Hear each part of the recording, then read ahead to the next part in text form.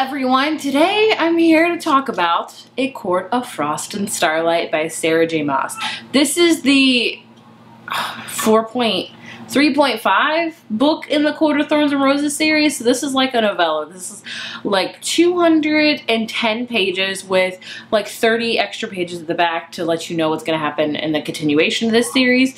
And yeah, so I wouldn't call this like the fourth book in the series. No, it's just kind of a in-between book. If you're familiar with this series, we have A Court of Thorns and Roses, A Court of Mist and Fury, and then A Court of Wings and Ruin. It's the original trilogy, but with the success of it, because a ton of people, including myself, love this series, Sarah J. Maas decided to do a spin-off series or a continuation of the series.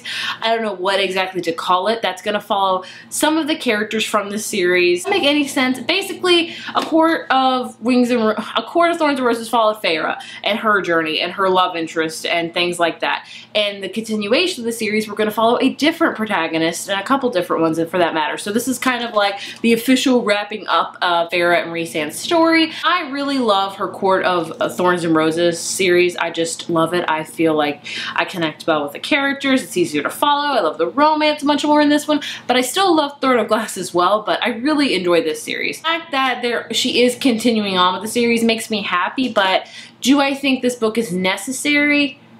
Not really. Like I said, not a lot happens in it. I really feel like this could have been like an online thing, not a published thing in my opinion, because I keep saying it and I will keep saying there's no real depth to this book. There's no real plot. The book follows the whole event of winter solstice and just kind of catching up with characters, and it's obviously a book to pave the way for the next part of this series or spin-off series. What is it? I mean, she says in the back right here, Thorns and Roses series will continue, so it's still going on, so it's going to be book 4, 5, 6, whatever. So it's a continuation. So, but you didn't really get a continuation to like the last 20 pages of it. So the beginning of this book is just kind of a catching up for all characters, and that's the basic plot of it. Not really a lot of plot. So overall, as a rating, I would give this like a 3.5, 4 out of 5. I don't think it was necessary. Maybe if you haven't read it, don't watch any further. I'm not gonna spoil anything because nothing happened, but either way, just so you know, I will be talking about the characters in case you haven't read any of the other books. This is going to be a short review because there's not a lot to talk about. So as far as the next part of the series, in case you don't want to know, don't watch any further of who it's going to be about, but in case you do, watch further. It's going to be Cassian and Nesta. I think 90% of us saw that coming. I really want it to happen, and I'm happy that it's happening. And I'm happy that it's happening, but I'm conflicted about Nesta. Nesta is a very complex character. There are times when I read her that I'm really invested in her character, and I'm really interested, and I see her dilemmas and I really care about her. And other times when I read her that I just don't like her. Nesta is a character that I think is meant to be complex, that's made to really, you don't have definite feelings which way or the other about her. There's sometimes you love her, sometimes you can't stand her, and I am exactly in that boat, I think that's the way she's meant to be, because she's got a lot of things going on. Even in the beginning of this whole series, before the events of Nesta, before the things happen in Nesta, she was still a very hard character to read about. So the fact that we're gonna get a whole new series about her, it makes me happy to learn more about her, but also makes me be like, oh boy, because this girl is tough to read about. Interested in watching her progression and whether or not her and Cassian will get together, they probably will, and whether or not she can just grow and kind of mature and not be kind of a jerk anymore. I mean, I get she's had a lot go on. I totally understand that, but the way she responds sometimes is she's very closed off, obviously, and she's fighting a lot of her agony and she's taking it on other people. And I'm hoping to see a lot of growth from her from that, to finally, grow for that, love and accept people, and that kind of stuff. Very excited to read about Cassian. I love Cassian. I'm a sucker for him. I'm hoping we get a lot of Lucian as well.